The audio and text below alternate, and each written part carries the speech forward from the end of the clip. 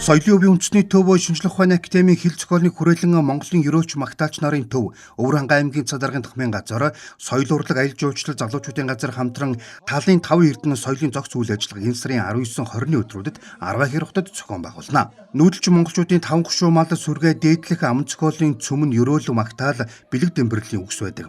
Тиймээс наадмын хүрээнд олон улсын ерөөч магтаалчдын 2 дугаар наадмыг зохион байгуулж мал маллах арга ухаан айс авд хамаарах уламжлалт мэдлэг арга ухааныг олон улсад зөрчлөн түгээн дэлгэрүүлэх юм а.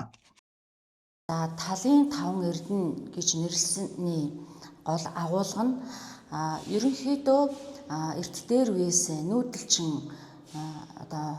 монголчууд нүүдэлчин үндэстэн маань 5 гушуу малаа энэ тэнцүү эрхэмлэн дэдэлсээр ирсэн хонь эрдэнэ за эзнийхээ амнаас сүр сүлдийг ингээд даатгаж явдаг ямаан сүрэг тийм ээ.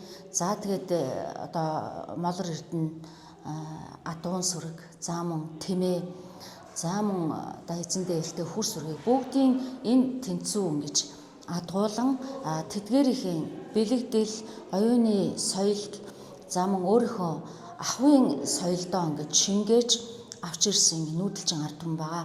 За тэгэхээр бид нэр энэ Арвахир талын 5 эрдэнэ гэсэн энэ агуулгын хүрээнд жил бүр нэг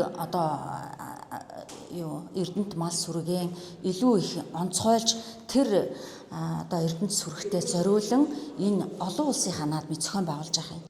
Тус наадмыг жил бүр зохион байгуулна.